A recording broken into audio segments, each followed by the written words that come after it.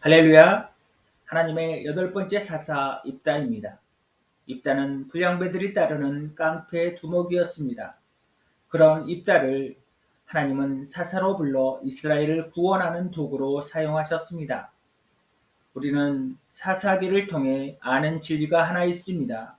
그것은 하나님의 영이 임하면 승리한다는 것입니다. 입다는 무리한 서원을 합니다. 그 내용을 중심으로 사사 입다를 공부하겠습니다. 입다의 배경을 보겠습니다.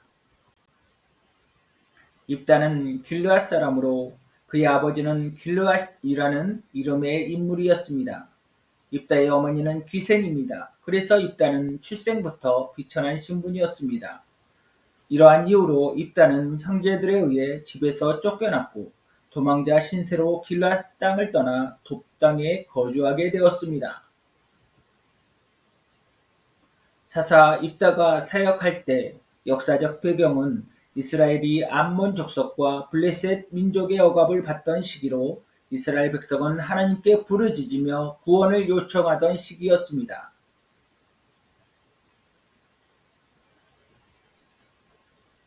사사 입다의 역할을 보겠습니다. 사사가 되기 전에 입다는 깡패의 두목으로 세력을 형성하고 있었습니다.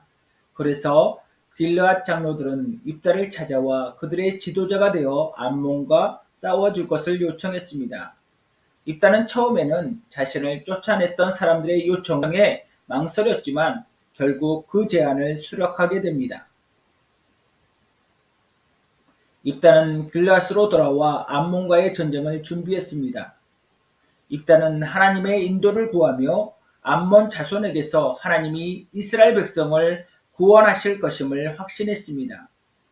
입다는 암몬과의 전쟁에서 큰 승리를 거두며 이스라엘을 구원했습니다.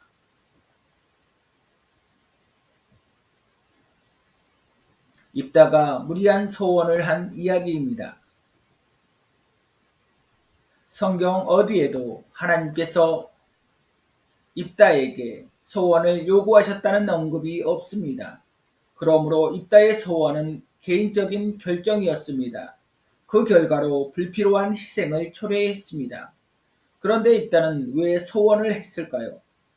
소원으로 승리를 확실하게 하고 싶은 마음이 더 컸을 것입니다. 그런데 사람을 번제로 드리겠다는 소원은 하나님을 너무 모르는 것이 아닙니까? 한 사람의 생명을 천하보다 귀하게 생각하시는 하나님께 인신제사로 서원을 하다니요. 하나님의 성품을 알지 못하니 비극이 일어납니다.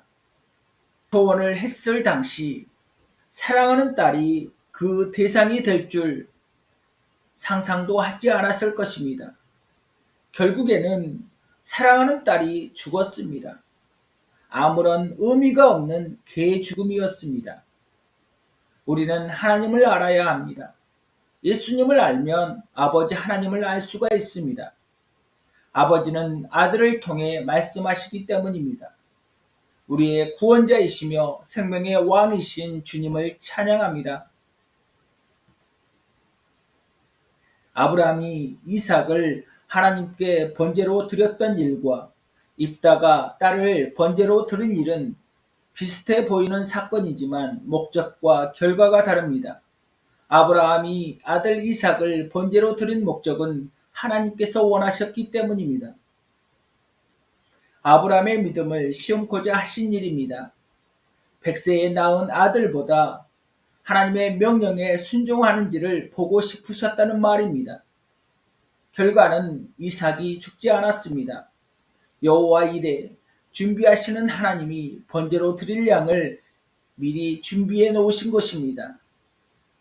아브라함이 이삭을 바친 일은 아버지 하나님이 아들 예수 그리스도를 죄인들의 대속물 삼아 죽음 앞에 내놓게 되는 일의 애행 연습이었습니다.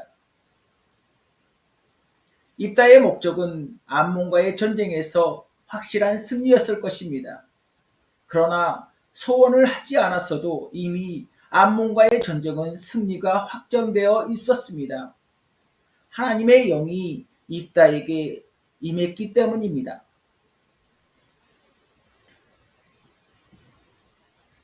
입다 이야기의 교훈입니다. 하나님의 영이 임하여 이스라엘의 구원을 이루는 사람일지라도 자신의 영적 무지로 인해 비극을 만들 수 있음을 입다는 증거하고 있습니다. 입다는 이스라엘의 사사로서 정쟁에서 승리를 이끌었지만 그의 소원으로 인해 자신의 사랑하는 딸을 희생시키게 되었습니다. 신앙 교육과 하나님을 경험하는 일에 소홀히 하면 망합니다. 여호와를 알자, 힘써 여호와를 알자. 사무엘이 사사의 영웅적인 이야기를 쓰면서 외치는 것 같습니다. 사사기에서 말하는 내용은 우리에게 하나님을 경험하고 교제하는 것이 얼마나 크고 놀라운 일인지를 알려주고 있습니다. 우리의 주님이신 예수 그리스도의 이름으로 우리는 복받았습니다.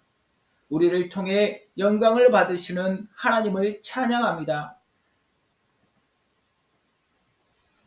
하나님의 성품과 천지를 창조하신 하나님의 능력을 알지 못하니 하나님의 영이 임한 사사가 무리한 소원을 하는 것입니다.